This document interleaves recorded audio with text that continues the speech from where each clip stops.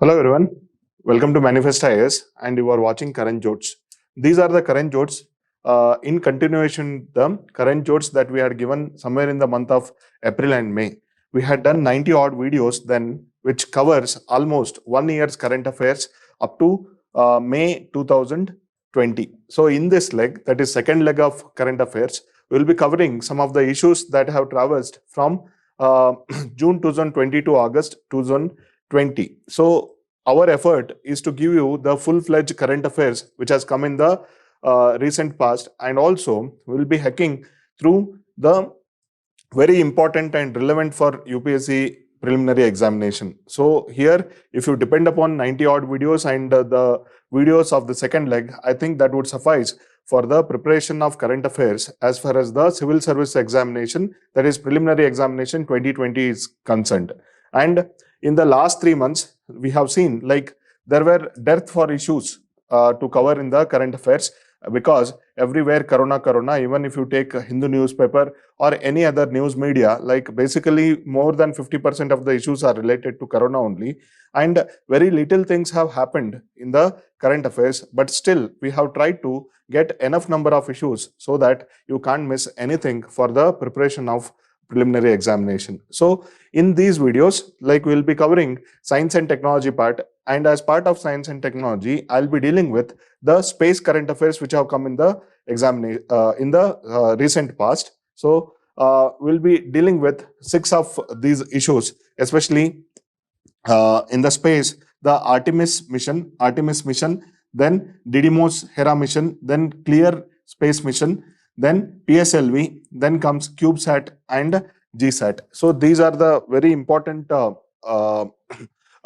topics that we have taken from last 3 months current affairs. So let us begin with the first mission, that is Artemis mission. Artemis mission is the NASA's mission, and it is trying to explore the deep space in the sense that we have reached up to Kepler belt objects, Kuiper belt objects, and also we have done some research on Moon and Mars. So this Artemis mission will help us to explore the other planets first in the series, that is the Moon. So here Artemis mission will be going having the exploration of Moon. So in this mission, the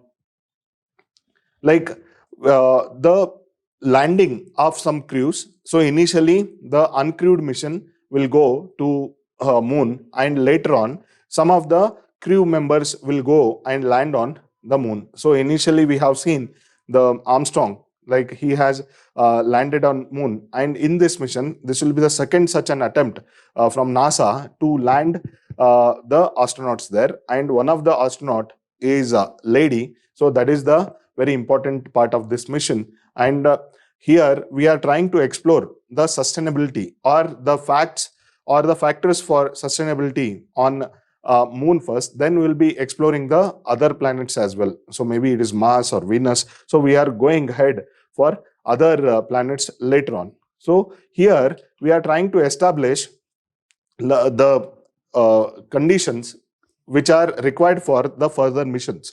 So basically this Artemis mission is a precursor mission for all the future exploration on Moon. So it is done in collaboration with many commercial partners of NASA and also the international partners like ESA, that is European Space Agency too. And in this mission, like we are using the spacecraft called Orion spacecraft. So it is one of very important and powerful aircraft, that spacecraft that Artemis mission is using, and it is one of the powerful spacecrafts of NASA.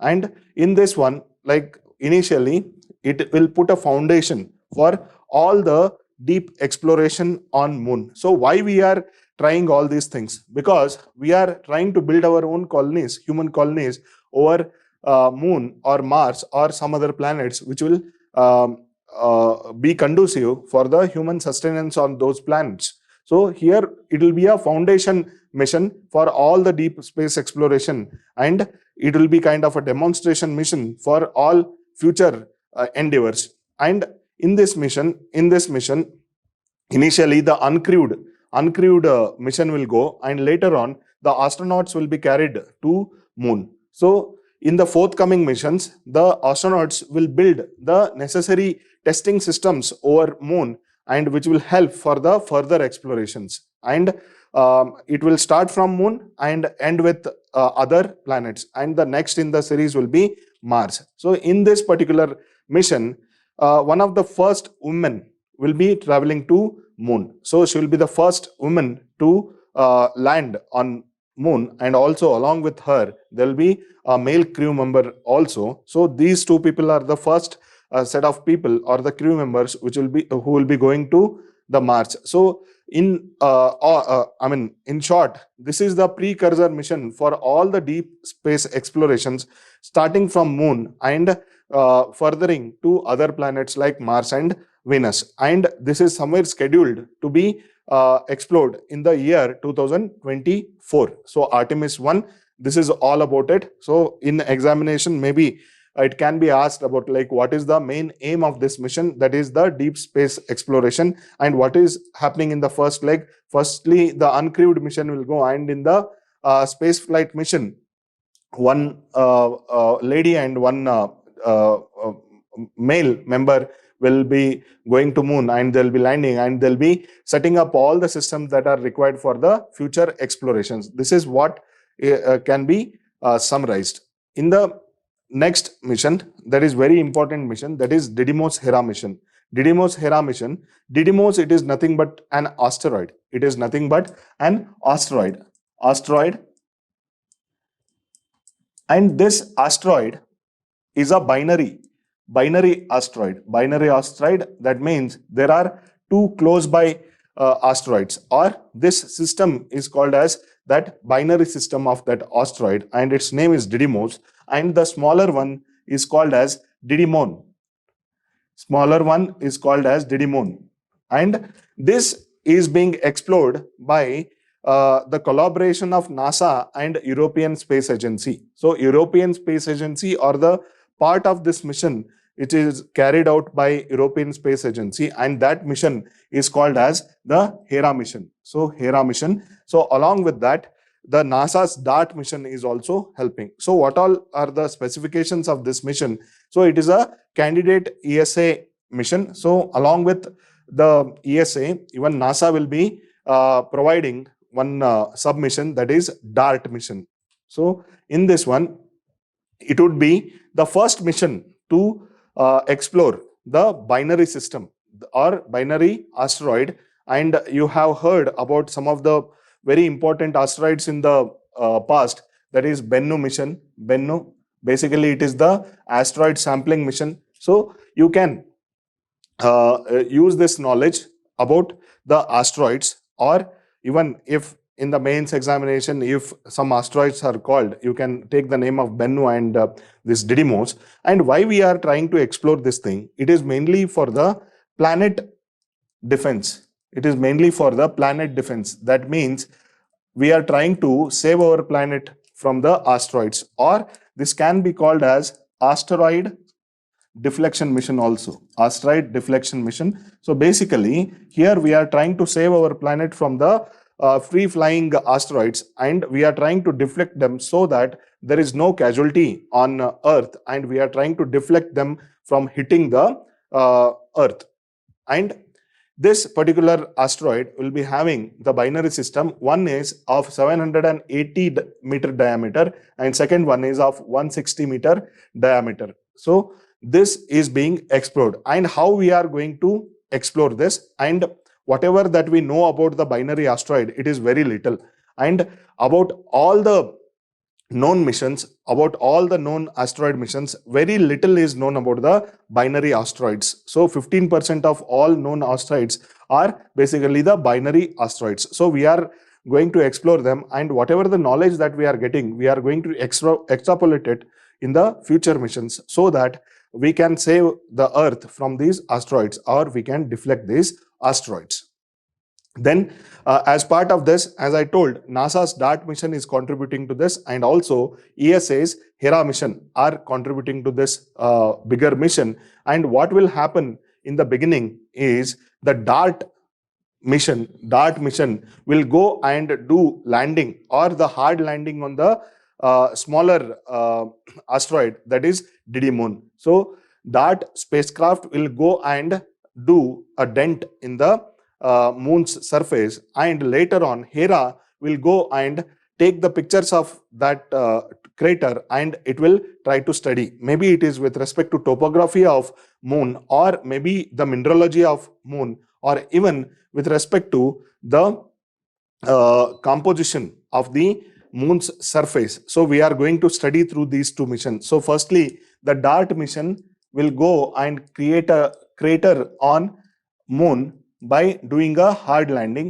and later on the Hera mission will go and study that crater. So this crater study will be done by Hera mission. So basically this is basically the joint mission done by the NASA and ESA, that is European Space Agency. And for the first time, we are using some of the CubeSats overloaded on the mission. So CubeSats, we have like different topic for CubeSats in this session only. So CubeSats are on board for the first time, which will carry out some of the scientific experiments, and also maybe with respect to picture taking and all, these CubeSats will help. Then in the next one, very close observations will be done on the face of the moon, and later on the planetary defense technique, or this one will be done on moon. I'm sorry, it is not on moon, it is on asteroid. The CubeSats will try to take the pictures of this asteroid and will be doing lot of experiments with respect to the topography, or with respect to the crater that has been created by the DART. And in other close-up observations, like we will try to study this particular asteroid and how we can deflect them, that also being explored through this planetary defense technique. Or overall, this mission may be contributed by NASA and ESA through DART and Hera respectively. We are going to use it to learn about the asteroids, and finally we are going to deflect these asteroids from hitting the face of the Earth. Very next mission is Clear Space 1 mission. So with the very name, you can understand that clear space means like we are going to clear some waste material from the space. So waste material from the space, in the sense we are going to clear some of the debris from the space. So already most of the countries have put their satellites either in lower Earth orbit or medium Earth orbit, or even the geotransfer orbit, or geostationary orbit, or even geosynchronous orbit. There are more than 5,000 satellites which are there in the different orbits. So out of them, around 2,000 are active, and 3,000 of them are like dead one, or they are not operational right now. So we have created enough debris, without clearing which we are going to face lot of accidents in the space. So that is why we need to clear this, and for that the first mission that has been oriented towards this is the Clear Space mission. And this is one organization, Clear Space is one organization which is helping the European Space Agency, and it has been named as European Space Agency mission, and it will be the first to clean the space or remove the debris from the space. The next thing is, like, it has been planned somewhere in the year 2025. So in 2025 we are going to execute this mission, and it has been done by a startup, or ESA is being helped by a startup, Swiss startup. So that is that startup name is itself Clear Space, and it is helping to establish the new market as far as the space clearance is concerned. So in orbit servicing, so basically it is going to give service to most of the space agencies like ESA, NASA, ISRO, or JAXA. So it is going to help them to clear the debris that have been created by them. So the debris clearing service can be outsourced to this particular startup. So this is the first in its kind, and it has been contracted by European Space Agency in the beginning. So later on, it can be contracted to even other space agencies like NASA and ISRO. So right now, the issue of space debris is very pressing because we have created enough waste material in the space that has to be cleared. So as I told, there are nearly 5,000 different objects, and 3,000 of them are dead, and 2,000 of them are operational right now. Even if we don't launch anything in the near future, even then the present debris, whatever that has been created, that will be having lot of accidents. So even for the live missions, they are very detrimental. So that is why we should be able to clear the space as early as possible. So whatever the debris that we have created, that is going to affect the future missions also. So that is why this mission becomes very important for our examination. So we have to learn that is, it is the first of its kind, and it has been contracted by ESA in the beginning. Later it can be serviced, or like the service can be given to the other space agencies like NASA and ISRO too. So remember, this is Clear Space 1 mission. The next important topic is PSLV. PSLV, because why this is in news? Because basically it has launched this 50th launch. So for any spacecraft, carrying 50th mission is achievement in itself. And when it comes to PSLV, it is one of the very important spacecraft of India, and we have dependent on this since 1993. So since its inception into ISRO from 1993, we have dependent, and we have used this particular spacecraft to launch many missions, maybe to lower Earth orbit or sun synchronous orbit, or even to the geotransfer orbit. So to know the very important basics of this particular PSLV, like it is the third generation launch vehicle. So after SLV and ASLV, this is the third generation vehicle what we have in India right now, and this has four stage. So basically it uses booster engines. So strap-on boosters it use, and with respect to the other things, like other three stages, one of them is very important stage where the engine, Vikas engine has been used.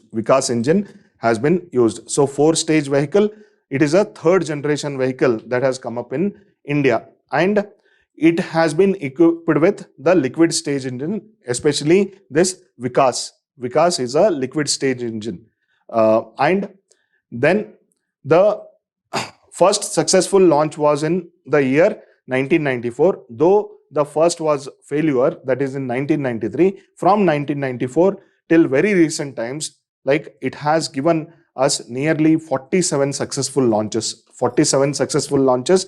Out of 50 launches, 47 have been very successful, and the last mission that we had carried out was in the year 2019, that is in the month of December. So since then, we have not launched anything from PSLV. So 47 out of 50, it is a very good number for any space vehicle. So it has been a significant achievement, even in comparison with any other vehicle that has been used by the space agencies like NASA or European Space Agency.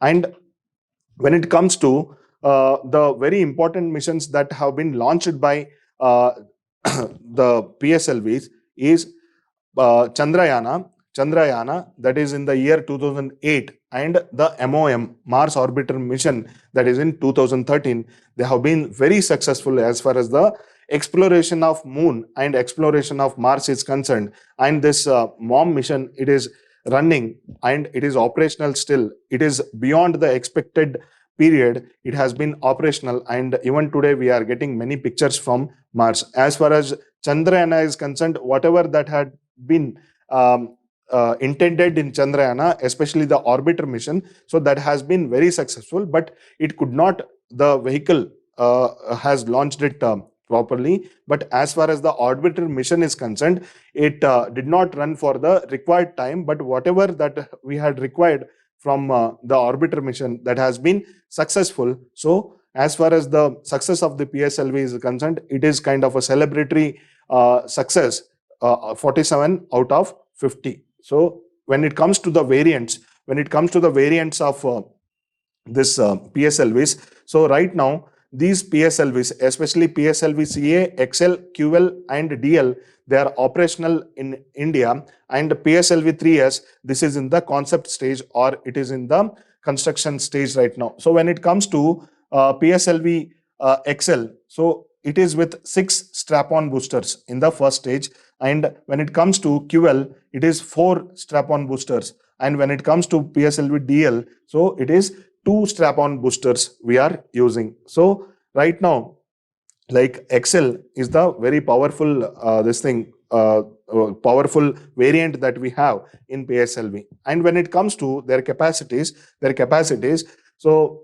right now we can launch up to 3,800 kg up to the lower Earth orbit. And when it comes to SSO, that is Sun Synchronous Orbit, we can carry around 1,750 kg. And when it comes to the GTO, that is Geo Transfer Orbit, we can launch up to 1,200 kgs. So this is going to be a very long endeavor for India in the utility of PSLV. So we are going to use it for longer time. And when it comes to other GSLVs, so we have done some achievements as far as the GSLV Mark III is concerned, and also we have adopted to the cryogenic engine in GSLV. So PSLV, we expect one question from this particular launch vehicle section in our examination, because we have done 50th launch from PSLV. This one is very much expected.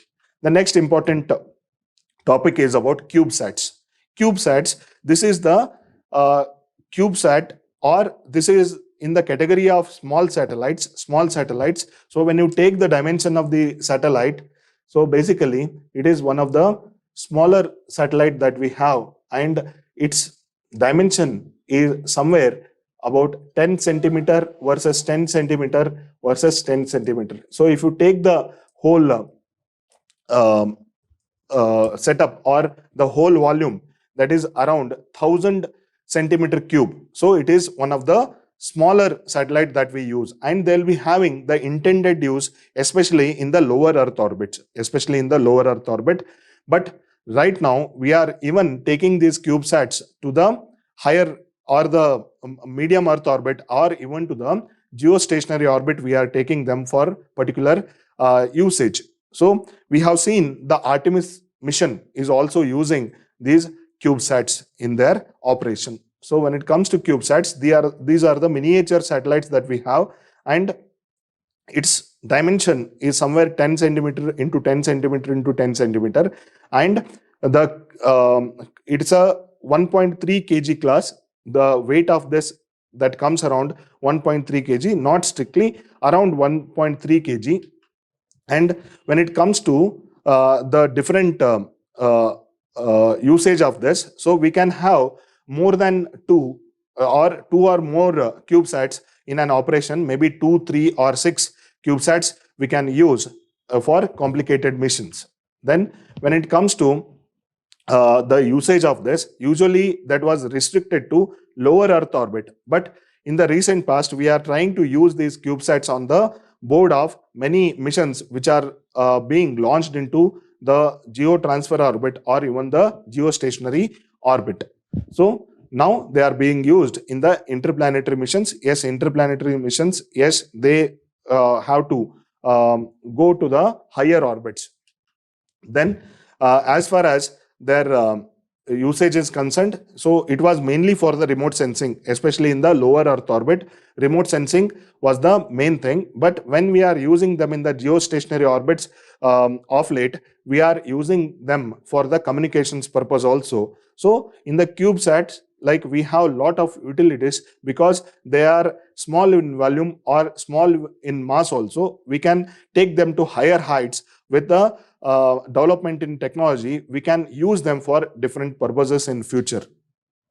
And so far we are trying to use these CubeSats even on the missions of Mars, Moon or Jupiter. So we are trying to use CubeSats in those missions too. The next very important topic is GSAT-1. As you can see, this is GSAT-1, not to get confused with GSAT. GSAT, it is a series of Indian geostationary satellites. So this GSAT, it is nothing but geo-imaging satellite. Geo-imaging satellite. So far, if you can think of geo-imaging, basically it is done by the remote sensing satellites. Remote sensing satellites in India, we have many. Earlier, we used to have RISATs. Now, they are being renamed on their utilities. So basically now we have radar imaging satellites, and we have other satellites, maybe that is Cartosats. So like this, depending upon their utility, we have named them differently. But when it comes to geo-imaging satellite, what difference that we are making here is, so all these satellites, remote sensing satellites, used to be in lower Earth orbit or the medium Earth orbit.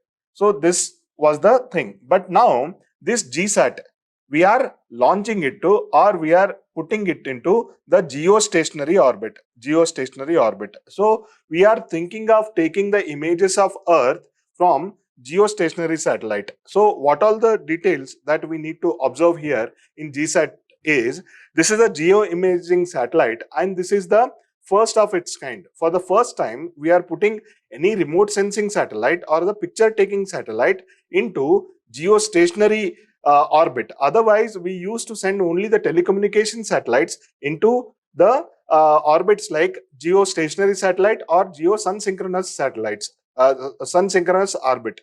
So here, this is for the first time that is happening. That is, geo-imaging satellite is being put into geostationary orbit. So here we are for, or why we are doing this, for the proper temporal resolution. For proper temporal resolution. Temporal, it is with respect to time scale. So that is why we are sending the satellite too far, that is in geostationary orbit. And other important things or the aspects of this GISAT is, it provides the real-time photographs, real-time imaging, and also it has a lot of revisit capability for the same field. Like it has very fast imaging capability and it can monitor the region on the Earth at the real-time scale. Then other important things, we are sending two identical satellites in this particular mission. So in this one, we are sending two different satellites with different resolutions. The different resolutions are in this range. That is, one camera is with the resolution of 42 meter and another camera is of the resolution 318 meter. So two identical satellites we are sending. And what all are the capabilities of this GSAT? So basically, it can take the multispectral and hyperspectral imaging. So multispectral in different wavelengths or different frequency it can work in. And when it comes to hyperspectral, so basically here this can work in very high frequencies. So we are getting the images across the spectrum, that is in the lower resolution or the higher resolution, in the lower wavelength to higher wavelength or lower frequency to higher frequency, we are getting the images. And especially this is equipped with the hyperspectral imaging technology. So these are the important thing.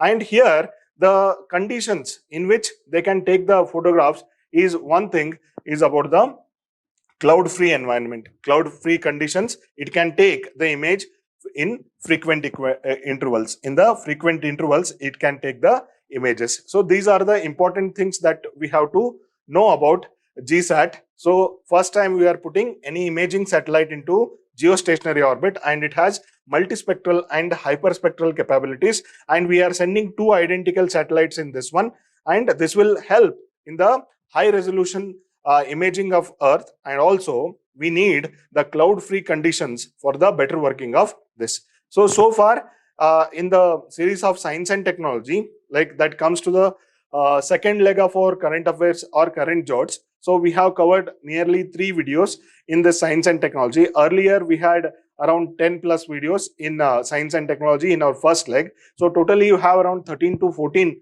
um, 13 to 14 videos as far as the current affairs for the civil services preliminary examination 2020 is concerned. So read well, revise well, and practice the questions that we have given in the test series. So you can get more questions from this one, because we have gone for very highly relevant articles, and also we have covered them very precisely, keeping the demand of the examination in mind. So I wish you all the best for the civil services preliminary examination. Thank you very much.